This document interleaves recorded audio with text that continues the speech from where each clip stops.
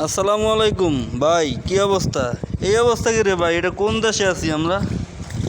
ও ভাই, ভাই এটা কোন দেশে আছি? হ্যাঁ, এই অবস্থা কি রে? আসসালামু আলাইকুম ভাই। দেখেন গায়েস, আমরা বোঝা যায় সেম বাংলাদেশে আছি। আসলে কিন্তু এটা ভাই বাংলাদেশ না, বুঝছেন? আসলে এটা বাংলাদেশ না, এটা হলো ওমান সালালা। তো আমাদের এখানে এই যে দেখেন পানি, ভাই পেট্রোল পাম্পে পানি, আয় হায় সর্বনাশ! ভাই আপনি তো বাংলাদেশকে ফেল করিয়ে লাইছেন ভাই।